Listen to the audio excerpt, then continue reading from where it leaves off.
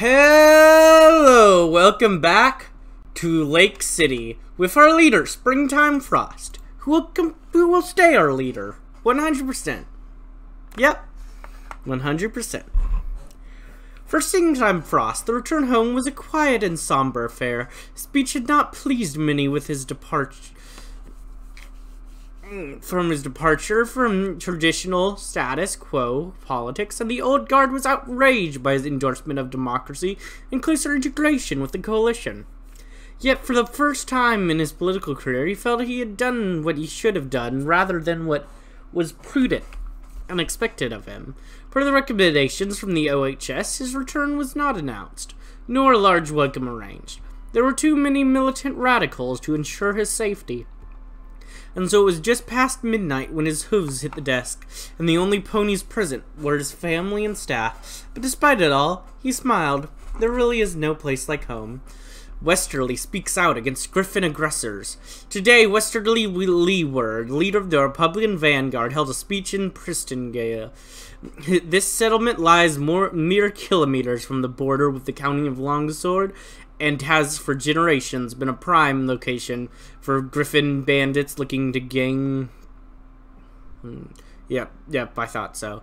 Wealth and prestige through plunder. This is the city it's in? Makes sense. Why it's plundered a lot. It's the only one right on the edge. In his speech, he played into these heavy anti-Griffin sentiments, promising the citizens of the city safety through increased military spending and greater border security. His speech was well received, with a quarter of the city's population attending the rally.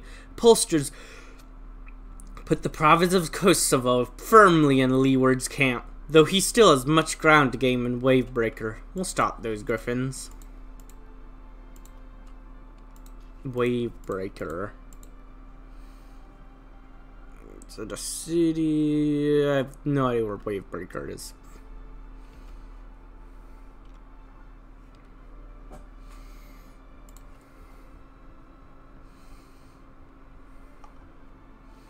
I mean, it's quite a small town.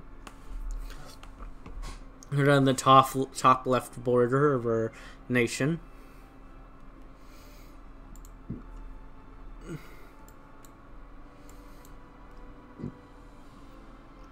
It's like, what does that star mean? But yeah, that makes sense. The February 4th incident.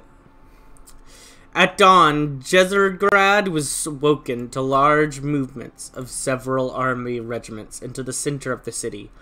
These units quickly seized control of several key sections of the city, including Parliament, the Mayor's office, the War Ministry, and the offices of UDBA. The mayor was awoken to the sound of gunfire as troops stormed his residence. He was quickly ushered to a hiding spot, prepared for just such an emergency. After all, this was far from the first assassination attempt on the mayor. Springtime Frost himself came to power after his predecessor was shot in his own bed by members of the army in a failed coup. Within hours, the city was under rebel control, and their leader, General Wildtree, appeared on the national radio and declaring that the democratic system of Lake City has weakened the nation, and that through his guidance he would restore national harmony and pride. He also promised the restoration of the monarchy, with one Heavenly Snow having been chosen as the new Grand Prince. The capital may be lost, but there is a large faction of the military that opposes Wildtree's actions, and they are ready to move in to restore order. Alternatively, Westerly Leeward's vanguard are eager to fight against their political rivals and to protect the Republic. Secure the mayor and surround the rivals, the situation will resolve peacefully, and the elections will go ahead. This will unlock the democracy prevails. Westerly vanguards are set to deal with the princely coup. This will unlock the vanguard's restores order. The coup succeeds in taking power. This unlocks the princely restoration focus.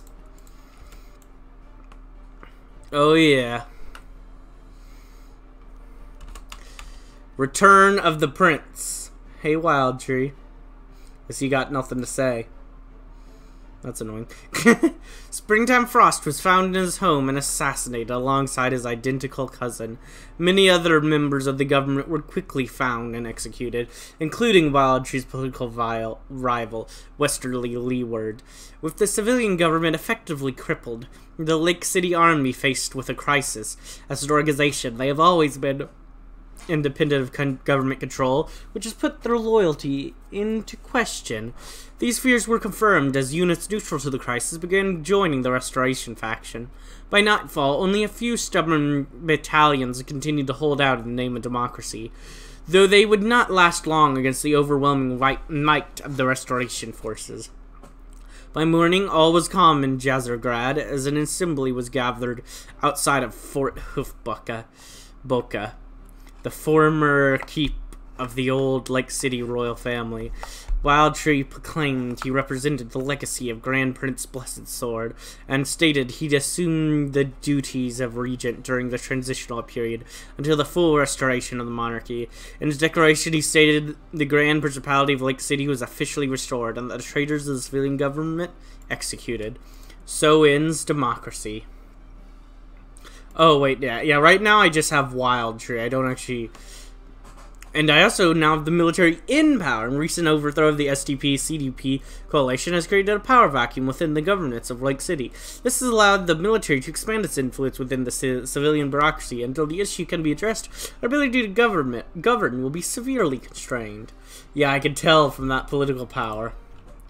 If I remember right, to get rid of military in power, I have to go, yeah, all the way down here to, like, some of the bottom parts of my tree.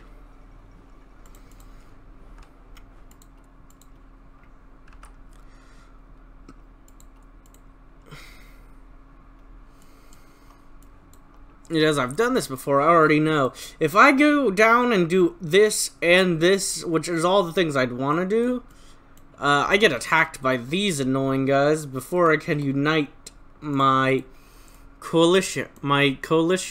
And that's just annoying because last time it happened while I was doing this focus. Like, it's the last focus. It's like, oh, I'm about to unite it, and then you can die. Oh, never mind. Never mind.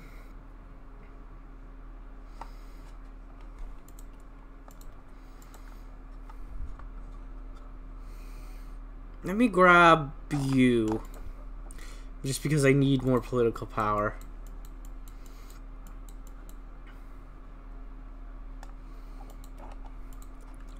Princely Restoration.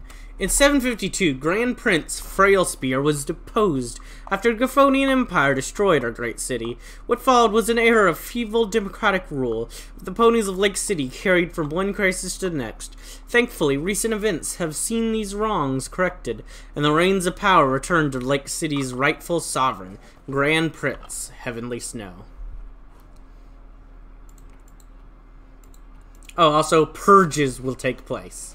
As you can see from one, you can already see from some of my leaders being murdered. So, my military leaders. Obviously, multiple leaders have already been murdered. Changelings from the island of Gryffindor arrived earlier this morning with a surprising yet not so surprising offer. Trade. While nothing out of the ordinary, Gryffindor typically exports iron and textile goods. Reportedly, there is a push to their society open up towards the outside world and abandon their isolationist ways. Perhaps this is a good stepping stone one day, federalizing them. The bugs are too distant and alien to ever be united with? No. Or more friends means more Federation targets? Yes. Trade with Griffin will commence soon. Changelings are strange creatures, however, and our people are skeptical. We'll need to be careful with how they will interact with these creatures. Stable trading with Grin. The changelings from Grin have been conversing with the living peacefully among us. Besides from some mild skepticism on our people's part, both they and the changelings have been coexisting so far. I mean, it's only been like a couple days, so I'd hope so. If things had already gone bad, it's like, are they trying to prove that they're actually evil? Like we're giving you a shot. Don't mess it up that quickly.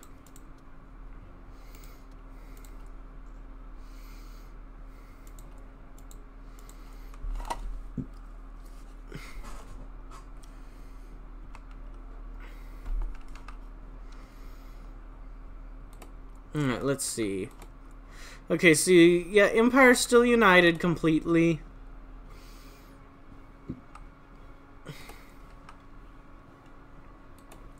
This civil war is still, like, unchanging.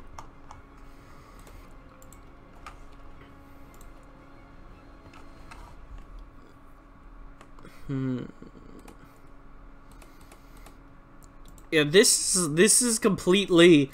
This is the, canon timeline. Like, this is what should happen normally. Or at least, you know. I have the, whatever it's called on. Lake Festival. Every year, ponies from across Lake City come together in Jazergrad for the city's annual Lake Festival. The festival originally dates back to the reign of Blessed Sword, who used the occasion as a chance to shore up unification of the various tribes around Jazergrad throughout the first Lake City Principality. This holiday was celebrated with a week apart parades, banquets, tournaments, and ended with a massive boat race across Jazergrad Harbor.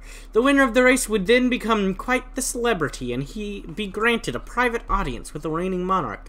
After the fall of the monarchy, the holiday continued to be celebrated annually in much the same way. The one noticeable difference is that the winner of the boat race would receive an audience with the Grand Mayor, and a key to the city of Jazergrad, and a generous prize of gold and other treasures.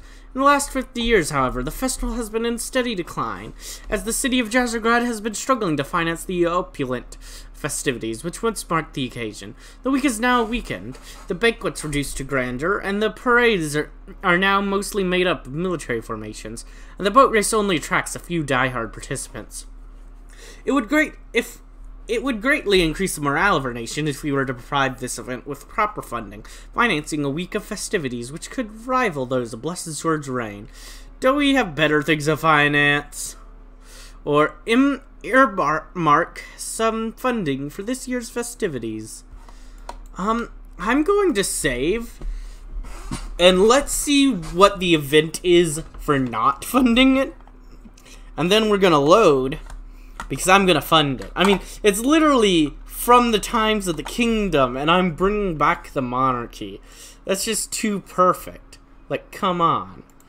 But I would like to see the last Lake Festival. Today, the ponies of Jazergrad were dismayed to learn that their annual Lake Festival had been cancelled, citing diminishing attendance and increasing cost of the main contributing factors.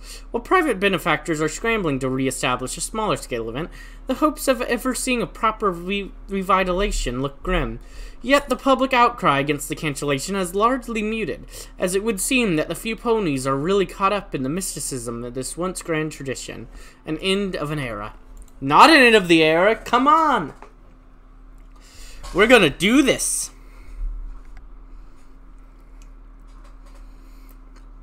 I mean, it would be so stupid not to take this as a propaganda point. Like, come on, the monarchy's back. Okay, what's our first grand thing? Bringing back the festival and revigorating the festival that was first celebrated with the monarchy, and you get to meet the monarch in a dinner trip. Like, come on, that's just too perfect. Like it really is just too perfect. Now the question is, how much do I want to go down this path before I go down here? Because this is the path that's most useful. I'm going to be going Long Live the Prince. I know it's longer, but I gotta. Heavenly Snow may hold the strongest claim to the throne of Lake City, however, he still has much to learn before he is truly capable of assuming the duties of the office. Till such time, Wild Tree will continue to act as regent, handling the affairs of state until Heavenly Snow feels fully capable of taking responsibility. Nah. We're getting the prince on the throne. While members While members of the Grand Prince Privy Council privately question his qualifications, heavily so assures his ministers that he is fully capable of handling the affairs of state on his own. This is a bit of a shocking revelation, considering the prince's initial reluctance to the coup. However, none will openly criticize such a decision. A week of grandeur. 2 million ponies entered the city of Jazergrad this week, coming from all corners of Lake City and the River Coalition, attracted by what promised to be the grandest lake festival in a lifetime. A pier had been constructed on the waterfront, with an equestrian-styled theme park built upon it. The rides, which most fools had only ever heard rumors of, had been imported from Manhattan and Canterlot, and were opened for public use. It was reported that the line for the Ferris wheel got so long that ponies were spending upwards of 4 hours in the queues. Yet not even this dampened the spirits of the families who came to witness this. Every night was marked by banquets with millions of tons of grains and fruits, ales, salts, and other food products pouring into the city in preparation. The weekend's feast featured foods from all across the globe, including Griff King rye, Zebrica coffee, and chocolates and peppers from the jungles of southern Equestria. The Friday parade lasted 6 hours and included military units, which were showered in flowers and cheers. Floats sponsored by Lake City's guilds celebrated their technological innovation and products, and exhibits from all manners of organization and foreign sponsors. One memorial float was that of New Maryland, which had an intricate mural of flowers planted upon it, which showed the cooperation between our two nations. Lastly, there was the boat race held on Saturday evening. Last year, this race included 30 ships. This year, registrations had to be stopped at 300, until pressure called for a second and later third race to be created. The winners of each of these 3 races then went into a 3-way tiebreaker. Overall, the tournament was won by the Blue Nose in a photo finish. As Sunday rolled around, the train station, roads, and waters leading out of Jazergrad were clogged with ponies attempting to exit the city. The festival had been a success, greatly contributing to national morale and the perception of a republic to outside nations. Republic, yeah, sure. How will they ever top this?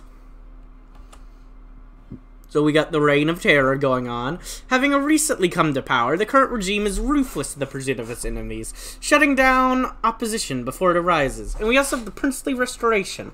The recent return of Grand Prince Heavenly Snow has rocked the bureaucracy of Lake City, with many public servants being expelled or imprisoned for their loyalty towards the SDP, CDP, and Republican Vanguard. The move has resulted in the governance of Lake City being plagued with chronic staffing shortages and an inability to provide services, a problem which has only been exasperated by the direct interference of the inexperienced Heavenly Snow in government affairs. Well, he's gonna be your king, so he's gonna get to do what he wants. I don't care. Long live the prince. Plus, hey, once it's finally over, I will get bonuses from it. You know, very minor bonuses in comparison. Hey, I'm doing it because I want to, okay?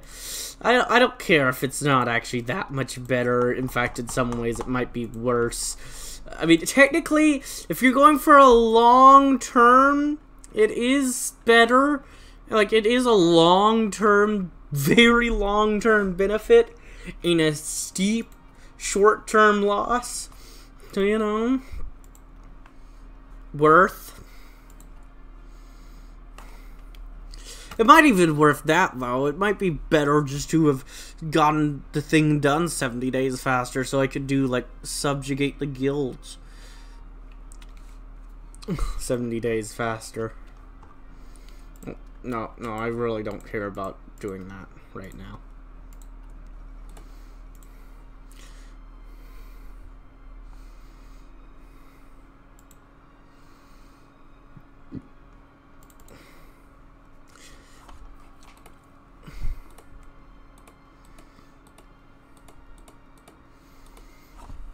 Aren't you excited to be, to join under a monarchy?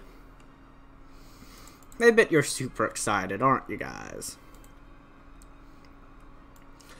Another option would be to really focus in on this. And then I start working on this, but I'm not even worried about finishing it until after the war's done. So there's the this, then war, or there's the this, then war, then finish this. Those are the two major plans.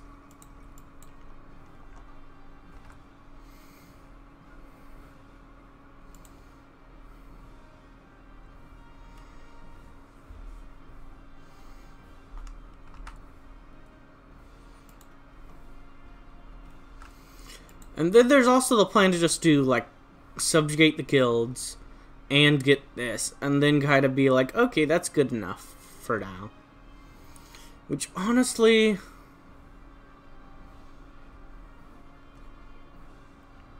might be good enough for me to just chill after that.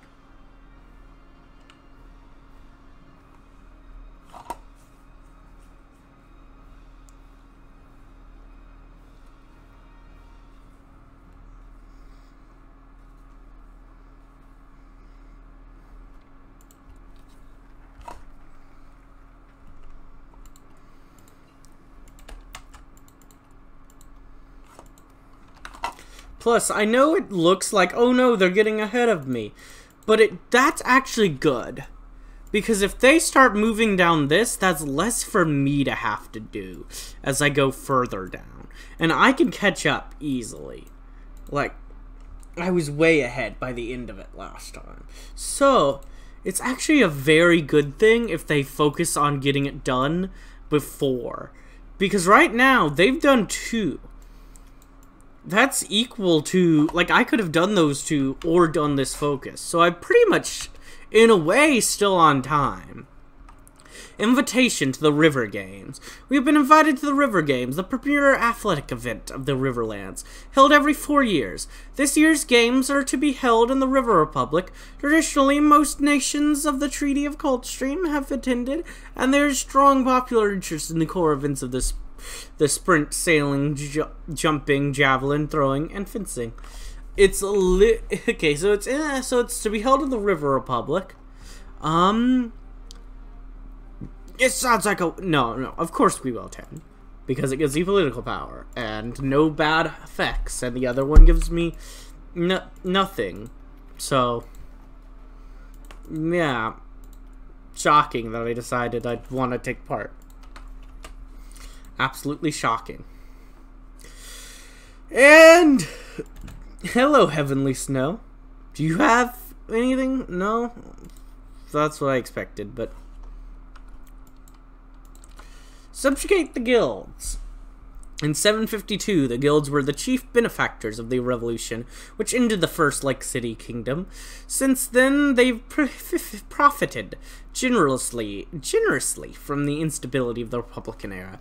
It's about time that we break the power of the guilds and ensure their loyalty for decades to come. Prydenian fighter competition. The Prydenian Air Force is currently holding trials for a new heavy fighter. According to our air attaché, our newest model is poised to win. A formal request from the Prydenian government is expected shortly. Representatives of the manufacturers are strongly in favor of the sale, but there are national security concerns about selling our most modern equipment to a foreign country. Should we permit the sale to go through? We can't risk any leaks, or just absolutely. Give me air experience. Will I be heavily using it? No. But it's still good to have. Very good to have. The 200 battalion plan?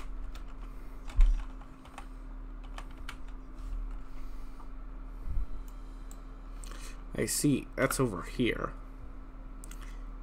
Honestly, that's not even that crazy. Yeah, I'd like that just so I can start getting army experience. Army experience is good to start building up early.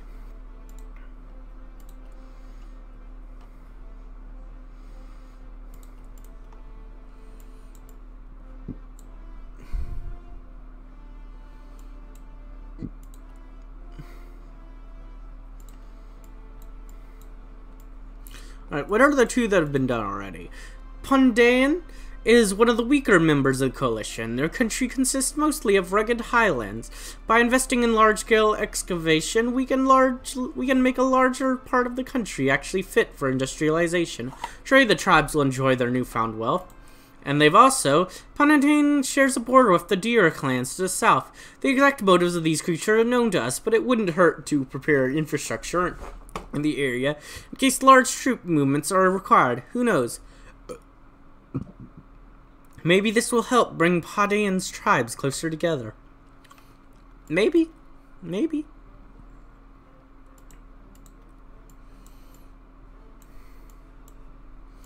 It certainly could.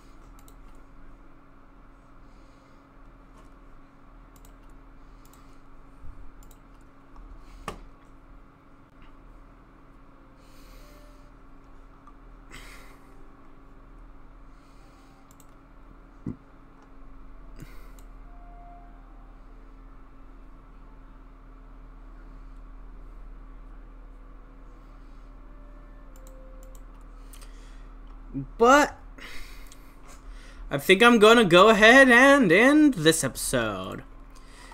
If you enjoyed, like, comment, subscribe, and hit the bell button. And as always, peace.